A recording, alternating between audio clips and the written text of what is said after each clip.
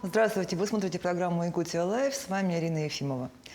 Первые международные спортивные игры «Дети Азии» прошли в Якутске в далеком уже 1996 году. Они были организованы во знаменование столетия современного олимпийского движения по инициативе первого президента республики Михаила Николаева. За весь срок проведения игр в них приняли участие более 12 тысяч детей из 30 стран Азии и 27 регионов России. Состязания получили огромную поддержку, в том числе и Международного олимпийского комитета. Томас Бах, президент МОК, сказал, особенно хотел бы выделить проведение международных спортивных игр «Дети Азии» каждые 4 года. С уверенностью могу сказать, что МОК продолжит поддерживать такие мероприятия, которые поощряют и подвигают детей и юношества к занятиям спортом в духе самосовершенствования, честной игры и дружбы. И сегодня с моим гостем, президентом Международного комитета «Дети Азии» Владимиром Максимовым, мы поговорим в том числе и о том, с чего все начиналось. Добрый вечер, Владимир. Добрый вечер. Но хочу начать с такого вопроса, который сейчас волнует всех. Как сегодня международное сообщество относится к играм? Потому что мы знаем вот на фоне этих неприятностей с Олимпиадой, да, и так далее. Вот получилось ли подтвердить постулат «спорт вне политики»? Какие страны принимают участие? Вообще как обстановка? Ну, конечно, сегодняшняя ситуация в мире и в спортивном мире, она, скажем так, дает свои моменты, которые так или иначе влияют на организацию таких мероприятий, тем более на территории Российской Федерации. Вот. Но правление Международного комитета, Международный комитет «Дети Азии», мы всегда подчеркиваем, что мы всегда придерживаемся и будем придерживаться именно той позиции, что спорт вне политики, потому что мы в первую очередь занимаемся развитием детского спорта, а дети, они тем более должны быть вне рамок тех людей, которые пытаются через спорт навязать какие-то, скажем так, свои цели преследуют. Поэтому на сегодняшний день, да, ощущается такая сложная обстановка, но в то же время мы чувствуем поддержку в первую очередь и наших учредителей Международного комитета, наших патронов. И надо сказать, что, ну, вы процитировали слова Томаса Баха. Несмотря на все, прошедшие игры во Владивостоке, 7-е летние, они прошли под патронатом Международного олимпийского комитета, несмотря ни на какие, ну, скажем так, требования, да, которые на сегодняшний день действуют. На сегодняшний день мы также в предстоящих вторых зимних играх, которые состоятся в Кузбассе, у нас запланировано более 10 стран примут участие, и надо сказать, что география, она такая довольно-таки охватывает практически всю Азию, вот, и начиная там от юго-востока Азии до запада. Поэтому для зимних игр и для зимних видов спорта, для Азии это хороший показатель, вот, там 12-13 стран, потому что мы сами понимаем, что Азия это не совсем такой снежный зимний континент, где развиваются зимние виды спорта. Поэтому в любом случае, конечно, вызовы есть, а мы это воспринимаем только так, как определенные вызовы, трудности, но они решаются в конструктивном диалоге с вышестоящими патронами, да, и международными организациями. Поэтому игры состоятся, как и было запланировано. И в прошлом году правление комитета также, как и все международные спортивные организации, рассмотрело рекомендации МОК. Вот, но было единогласно принято решение о том, что мы не меняем ни сроки, ни место проведения, вот, ну, на тот момент еще 7-х летних игр и вторых зимних игр. Поэтому все, как было запланировано в части подготовки и проведения.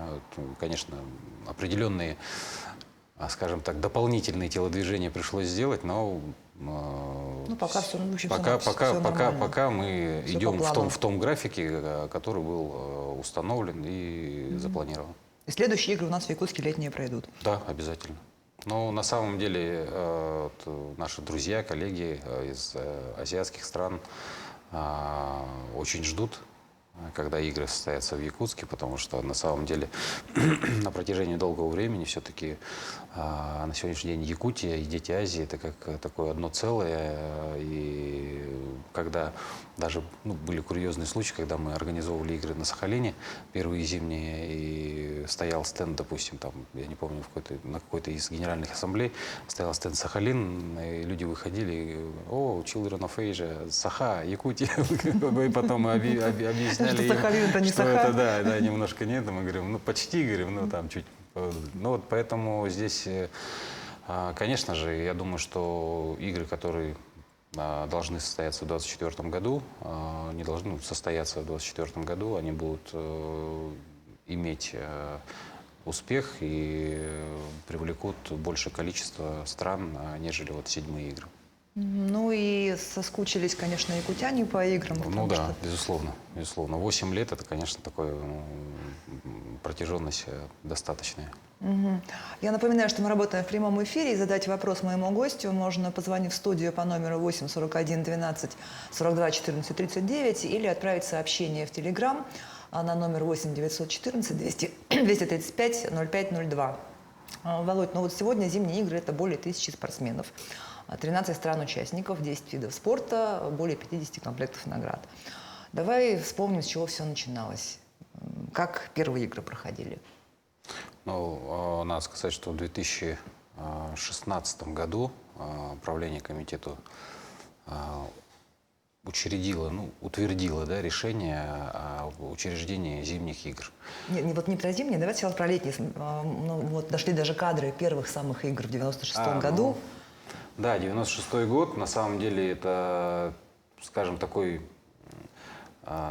эпохальное решение, можно даже его назвать, потому что все мы, большинство из телезрителей, наверное, помнят, какие-то все-таки были такие, не самые легкие годы для всей страны. И принять решение о том, чтобы провести игры международные на территории Якутска, тоже, такое дальновидное решение было. И, соответственно, были и противники, но я думаю, что с момента учреждения игр они из раза в раз увеличивались, и по количеству участников, по качеству проведения. И потому что игры – это же не только спорт, и не сколько спорт. Это околоспортивная среда, допустим, да, это обслуживающие персоналы, да, услуги сервиса, да, волонтеры, автотранспорт, начиная с аэропортовых служб. То есть все, скажем так, подтягиваются к определенной точке до начала игр, и это повышение, скажем так, сферы услуг, повышение квалификации в разных направлениях. Даже сказать, ваши коллеги, там, журналисты, да, та же НВК «Саха», она, если проследить от игр к играм, я думаю, что усиливалась работа, и мы сегодня видим, и НВК «Саха» является, Якутия-24 является одним из, скажем так, передовых телеканалов региональных в России. Поэтому я думаю, что в этом плане игры тоже свою лепту внесли, так же, как и по другим направлениям. Ну и теперь к зимним играм, потому что до 2019 года Дети Азии были только летние. Вот теперь все поменялось, в Южно-Сахалинске прошли первые зимние игры. Вот откуда взялась идея проводить зимние игры тоже? На самом деле идея проведения зимних игр, она обсуждалась давно. Были мнения, чтобы игры прошли на территории республики. Мы понимаем, что, с одной стороны, погодно-климатические условия в республике, да, это нужно, с одной стороны, удобно к концу апреля проводить, да, но недостаточность, опять-таки, спортивных объектов, горнолыжных склонов, соответствующих именно требованиям международных правил.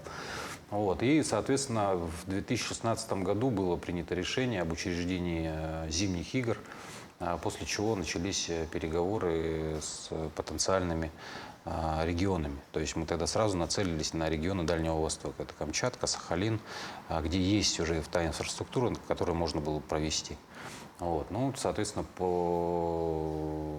после заявочной кампании Южно-Сахалинск был утвержден местом проведения. И надо сказать, что с нуля мы тогда в 2019 году провели игры потому что Южно-Сахалинск, Сахалинская область не имела опыта проведения не только мультиспортивных, да, но и больших международных мероприятий.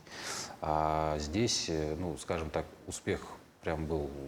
Мы для себя ставили планку порядка 10 стран, а в итоге приехало 20 стран. Уровень спортсменов на самом деле был очень высокий, потому что ну, ребята, которые заняли призовые места на Сахалине, они в последующем стали и победителями юношеских Олимпийских игр, и олимпийскими призерами. Допустим, там Данил Садреев, прыгун на лыжах с трамплина. В Пекине взял серебро. Это первое там, за 30 лет, что ли, серебро. Вообще медаль в прыжках с трамплина была у России. Там девочка-фигуристка, которая выиграла соревнования в Южно-Сахалинске, она на следующий год выиграла, кореянка на следующий год выиграла юношеские Олимпийские игры. Была победителем, призером этапов Кубка мира там, по фигурному катанию. Ну и вошла в финал в Пекине. То есть уровень спортсменов был достаточно высокий. Я думаю, что в предстоящих играх он не станет ниже и будут интересные соревнования по всем 9 видам спорта, которые включены в программу. Но ведь Международный Олимпийский комитет тоже не сразу взял под патронат эти игры. Ну да, первый раз патронат был предоставлен играм только в 2004 году, на третьи игры. Ну и потом уже в последующем от игр к играм патронат подтверждал свою поддержку. Каждый раз? Каждый раз, и в том числе и на первые зимние игры был тоже предоставлен патронат МОК. Ну, как я сказал, Владивосток прошел под патронатом. Поэтому здесь в этом плане у нас хорошие отношения, хороший диалог рабочий с Международным Олимпийским комитетом, с остальными международными федерациями по видам спорта. Понятно, я еще раз говорю, что сегодняшняя ситуация, она свои коррективы какие-то вносит, но отношения у нас со всеми, какими были рабочими, такими... потому что мы на самом деле...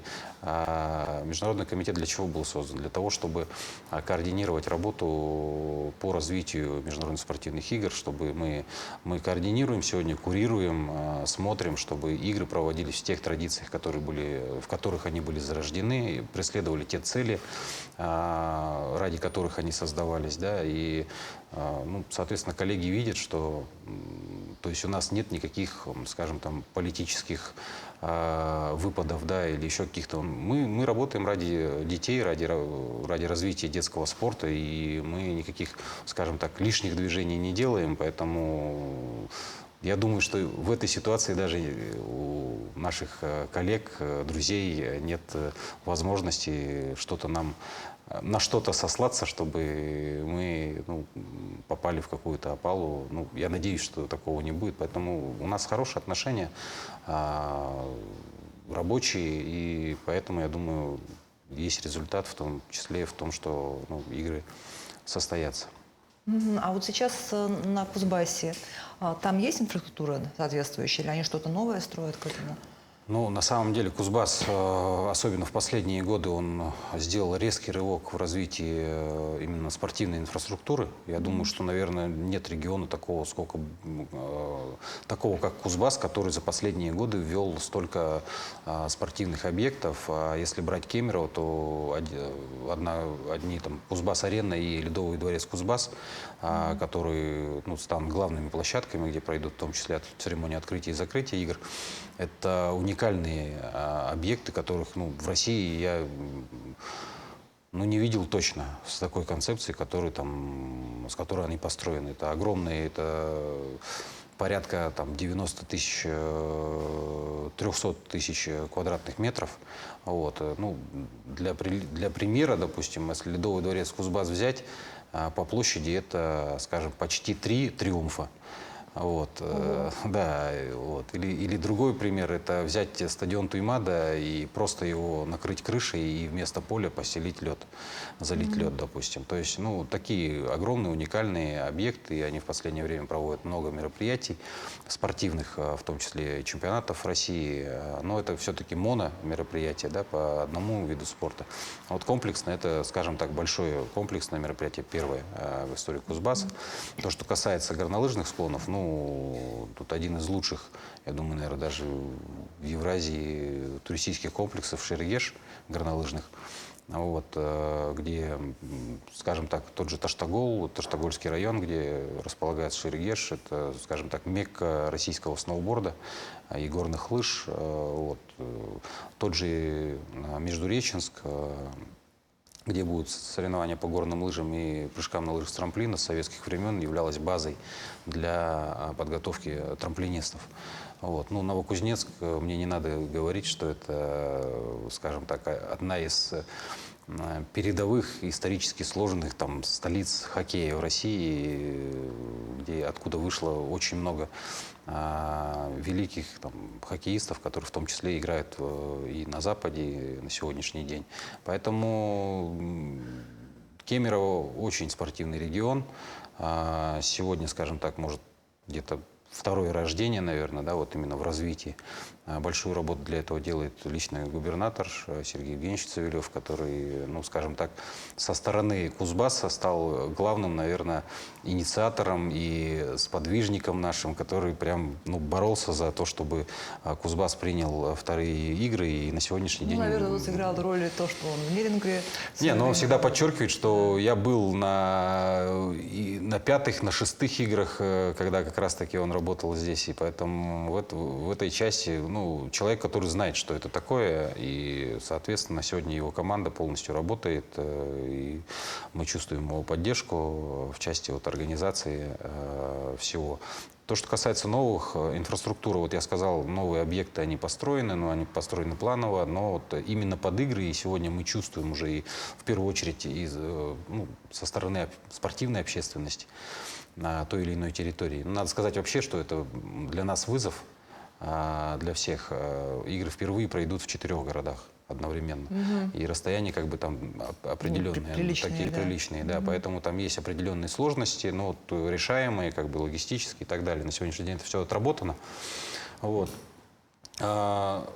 Соответственно, почему такое решение было принято, и вообще заходили с 3 городами, потом добавили Кемерово. Вот. Ну, в большей степени для того, чтобы оставить максимальное наследие от игр.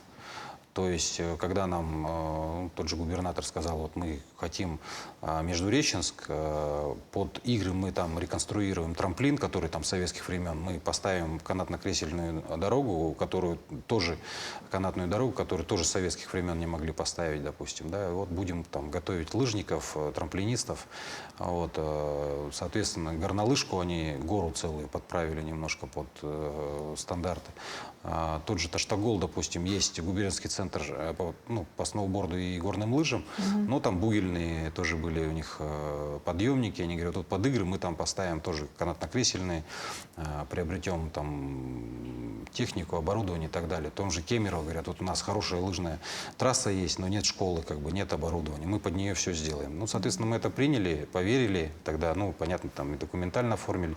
На сегодняшний день все полностью выполнено. Был, конечно, риск срыва год назад, буквально в связи со всей ситуацией, потому что, понятно, вот, все оборудование, которое было заказано, слетели контракты и так далее. Но на сегодняшний день все это решено. Скажем, 9 февраля был открыт последний крайний объект был принят. Это Ледовый дворец кузнецких металлургов. Была полная реконструкция этого Ледового дворца. На сегодняшний, он 85-го года постройки, да, и с тех пор как бы такой косметический. Сейчас полностью реконструирован. Там у нас соревнования пройдут по фигурному катанию, и полуфиналы и финалы в хоккее пройдут. Я думаю, что те зрители, которые поедут в Кузбасс поболеть за ребят, они ощутят именно те изменения и почувствуют комфорт в этом Ледовом дворце. И также трамплин тоже 9 числа был введен в эксплуатацию. То есть все объекты на сегодняшний день сданы. Сданы в срок, получили все допуски. Поэтому для меня, как человека, болеющего за спорт, я все-таки очень рад, что вот это наследие, игры пройдут, а это наследие, оно останется для региона, останется для страны, для того, чтобы тренировались спортсмены. Вот, кстати, в Якутске вообще появилось бы такое количество спортивных объектов, если бы не игры, как? Ну, я думаю, с тем отношением, в том числе руководства республики к спорту, они бы появлялись, но не в таком количестве и, может быть, не таких масштабов. Вот. Все-таки я же говорю, что здесь определенная точка проведения игр, да, она консолидирует все. Для того, чтобы была определенная, скажем так, промежуточный финиш, да, четырехлетия, к которому нужно вот сделать то, то и то. Вот, допустим, единственный момент, который, не знаю, может быть, кому-то не понравится, но единственный момент, он, с одной стороны, правильный, да, но с другой стороны, вот я думаю, что чуть-чуть можно было там по-другому, это вот чрезмерное сосредоточение вот этих объектов в центре города. Почему, допустим, сейчас, когда рассматривалась заявка в том числе, и когда потом уже рабочие совещания были по играм в Якутске, вот, мы приветствовали предложение главы республики Арсения Сергеевича о том, чтобы все-таки вот два новых спортивных объекта, их сделать в, скажем так, не в центре, а в микрорайонах, которые на сегодняшний день нуждаются именно в спортивных объектах. Это Сайсарский округ, допустим, да, там ни одного практически спортивного зала нет. И вот новый микрорайон Звездный, который вот на воинской части. То есть это шаговая доступность, потому что мы сами знаем, насколько вот те части города, они развиваются, допустим, частный сектор и так далее. Вот. Школы есть, а вот спортивных объектов нет. Поэтому, подъездные пути немножко там где-то, может быть, хромают. Но к играм тоже это можно благоустроить. Соответственно, игры пройдут, а эти объекты останутся для жителей этих микрорайонов. Я думаю, что все больше и больше мальчишек, девчонок, они будут посещать эти спортивные объекты, заниматься спортом, укреплять. И побольше ребят уйдет с улицы, перейдет в спортивный зал. Поэтому это действительно правильная политика и предложение вот именно охватить город, максимально его обеспечить шаговую доступность для занятий спортом. Вот. Поэтому в этой части мы, конечно же, поддержали, потому что были там сомнения, что подъездные пути и так далее, но это все делается, организовывается, поэтому в этом плане я думаю, что никаких рисков нет, а именно то, что останется после игр, оно служит. И сегодня все мы... Я не знаю, когда открывали там, тот же Дахсун, допустим, все же думали, такой огромный, кто там будет, будут ходить, не будут ходить. Сегодня там приехать, там машину негде поставить, да, зайти полный объект. Это говорит о том, что спорт популярен и население пользуется этими объектами. В Чолбон, допустим, какие очереди были, когда записать ребенка, допустим, да, на сегодняшний день с вводом каждый раз видим, что новые и новые объекты вводятся, и бассейны, и катки. Я думаю, что в этой части оно бы шло, но не такими темпами, так скажем. Вот насколько сегодня вообще молодежь в спорте заинтересована? Нужно это популяризовать? Я думаю, что даже по сравнению с десятилетней, может быть, давностью, и не только молодежь, и уже люди среднего возраста, да, видно, что утром, если выйти пораньше, видно, много людей бегает, когда вот потеплеет. Да и у нас даже, когда 40 люди бегают, а летом, допустим, много людей, за город, если выехать, тоже много людей бегает. Зайти в спортивные залы. Один еще показатель, на самом деле, это вот, если проследить, у нас каждый год открываются все новые и новые фитнес-центры. Это тоже показатель того, что на сегодняшний день спорт интересен и популярен. И люди готовы ходить туда, если будут предоставлены качественные услуги. То есть ни один уважающий себя предприниматель, да, или человек, считающий себя предпринимателем, не возьмется за то, чтобы открыть фитнес-центр, если он... Сюда люди ходить не будут. Не будут люди ходить и не просчитает какую-то свою выгоду. Соответственно, это тоже один из таких больших показателей. И спорт сегодня популярен. Сегодня видно даже, когда на Комсомольской площади, на площади Ленина, как ребята на тех же велосипедах, роликах, скейтбордах катаются. То есть видно, что спортом занимаются, и все секции переполнены. Сегодня, слава богу, сегодня не увидишь ни одного подростка, по крайней мере, с бутылкой пива или с сигаретой в руках, как это было буквально 15-20 лет назад. Ну, вот теперь о комитете. Как вы ведете работу, вот, ну, не в год игр, скажем так, сколько, кто входит в состав комитета, какие задачи перед вами стоят? Ну, в прошлом году мы отметили небольшой юбилей, это 10 лет с момента создания Международного комитета. В 2012 году было принято решение учредить, состоялось учредительное собрание. У нас учредителями являются Олимпийский совет Азии, Олимпийский комитет России и Республика Саха-Якутия в лице главы республики. Вот, соответственно, ну, работа у нас не останавливается никогда, особенно вот в последние годы. В связи с пандемией у нас игры летние перенеслись на 2 года. Соответственно, вот у нас получилось, что 7-е летние 22 год, 2-е зимние сейчас мы сразу после завершения Владивостока мы переключились на 2-е зимние. Ну и сейчас Кузбасс закончится, будем готовиться к лету 24 года.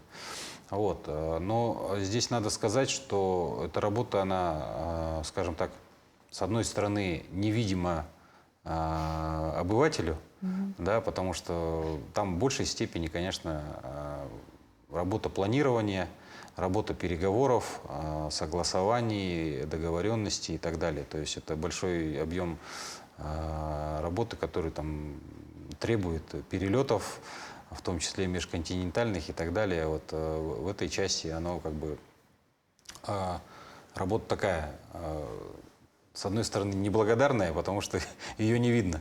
Потом результат видят люди, вот как говорится, раз в 4 года, допустим. Да? Но в то же время мы с ней справляемся, и сейчас комитет, я не зря сказал, что наша одна из главных целей – это все-таки развитие детского спорта в Азии. И на сегодняшний день мы запустили, и в этом году у нас стартует еще 3 проекта под эгидой Международного комитета. Это проекты образовательные, именно направленные на развитие, популяризации того или иного вида спорта, спортивного менеджмента. Вот. Ну, один проект мы продолжаем, то есть его возобновляем после перерыва определенного. Это саммит молодых профессионалов в спорте. На сегодняшний день, вот, я думаю, что в марте мы уже озвучим место проведения. Это одна из стран Азии будет. Вот. И 2 проекта направлены на подготовку спортсменов.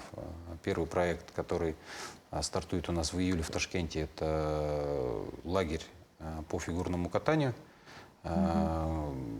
куда мы приглашаем совместно с Олимпийским советом Азии, куда мы приглашаем все азиатские страны для прохождения тренировочного лагеря под руководством, ну, скажем так, опытных, сильных тренеров, может быть, в том числе и из Российской Федерации. Вот. Он направлен именно на то, чтобы, скажем так, те страны, где вид спорта либо совсем не развит, либо развит не на высоком уровне, чтобы они могли приехать, они приехать, потренироваться. В отличие от обычных вот таких вот там семинаров, сборов, он долгоиграющий. То есть по итогу этого лагеря мы отберем 5 стран, с которыми будем работать на постоянной основе. То есть тех детей будем доводить до определенного соревнования. То есть это... То есть у них целью будет стоять участие в зимних играх, грубо говоря. Зимние игры мы должны были стартовать чуть пораньше, там согласование, моментов несколько было, поэтому не стартовали. Сейчас мы все согласовали, договорились, и вот 1 по 9 июля мы первый лагерь такой проведем в Ташкенте. Поэтому на будущее, у нас одна из целей, точек, это юношеские Олимпийские игры в следующем году в Корее, в Канвоне. Поэтому я надеюсь, что, скажем так, определенное количество спортсменов, которые пройдут через нашу программу, они примут там участие, да, и пойдут дальше. Понятно, что там в медали никто не попадет, но одно и то, что они возьмут путевки впервые для своей страны, допустим, это будет уже результат. Уже будет результат, потому что надо с чего-то начинать. Сразу в космос не полетишь, поэтому тут тоже надо постепенно. Но это такая кропотливая работа, потому что очень много договорных моментов именно с той стороной, которую представляет спортсмен. И второй лагерь у нас по боксу. Также будет направлен на развитие этого вида спорта. На сегодняшний день прорабатывается вопрос о проведении первого лагеря в Кувейте. Там в прошлом году открыли очень хороший центр бокса. Вот. Там тоже мы отбираем 5 стран, по 5 спортсменов определенного возраста. И, соответственно, тренеры международного уровня, они будут вести их полностью до 2024 года, до игр в Дети Азии в Якутске. То есть эти спортсмены должны будут потом принять...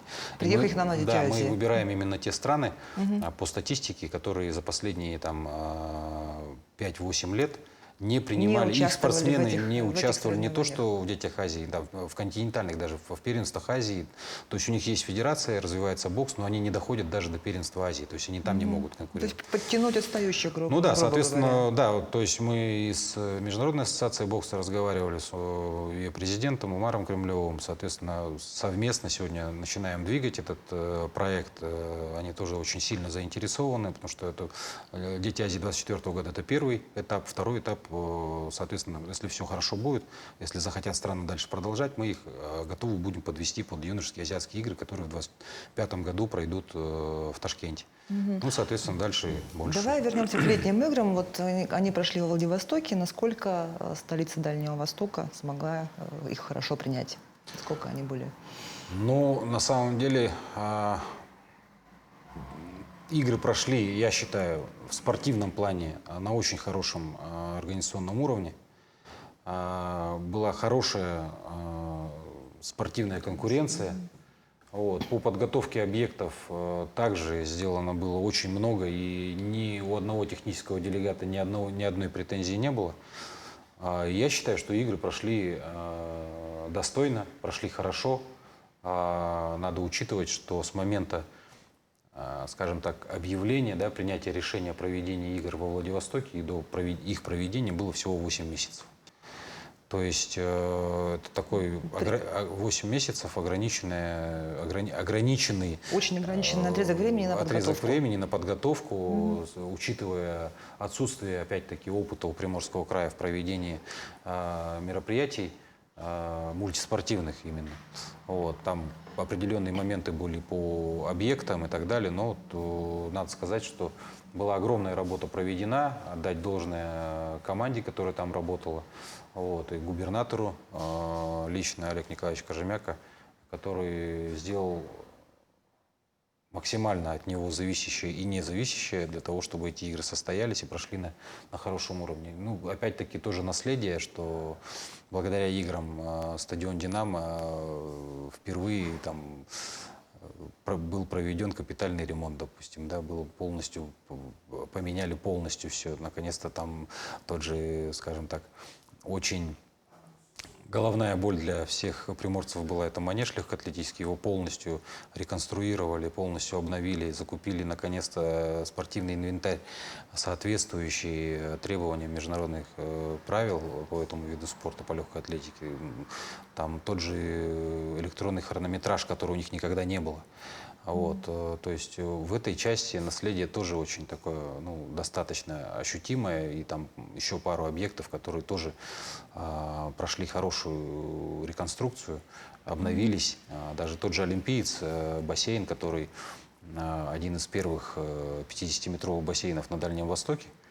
Вот, он, ну, был, как бы там плавали, да, но потом, когда мы ткнулись, там, то есть там освещение не соответствовало, вентиляция не соответствовала, сушения не было. Почему, как бы, даже сборная России к Токио там, ну, не вся там тренировалась, допустим. Все это мы исправили к играм.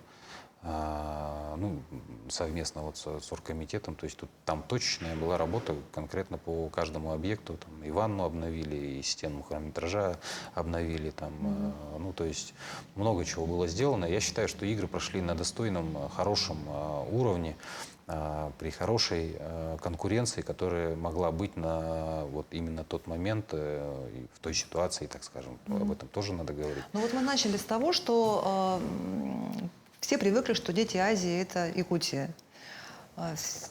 Неизменно огонь зажигается у нас на территории Ленских столбов, эстафеты огня. А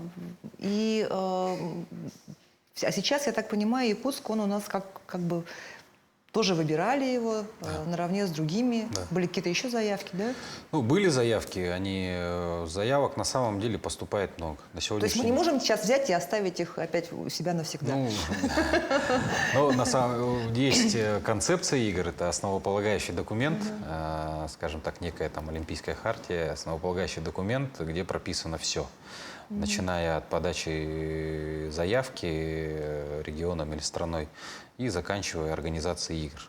Основные, скажем так, моменты, которые необходимо соблюдать. И там тоже прописано, что вот игры проводятся в странах, членах Олимпийского совета Азии, но через, скажем так, каждые четные игры должны проводиться в Якутске. Вот. Но здесь был момент по 2024 году, в любом случае, на проведение мероприятий, там должно быть решение межведомственной комиссии правительства Российской Федерации, да, которое дает согласование на подачу заявки.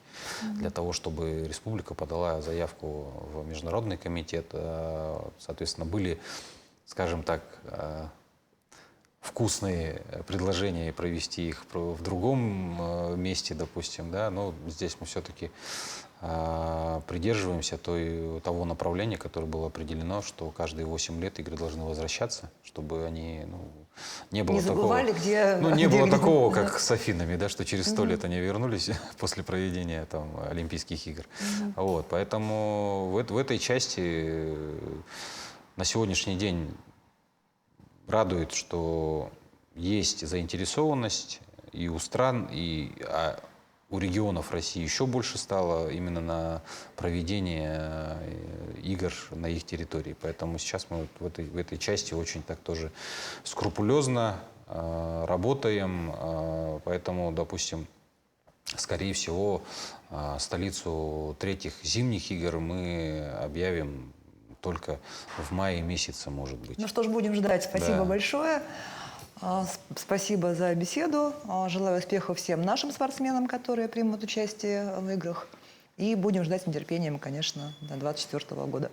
Ну что ж, это была программа «Якутия Лайф». Меня зовут Ирина Ефимова. Смотрите нас по будням в 19:15. Расскажем, чем живет Якутия.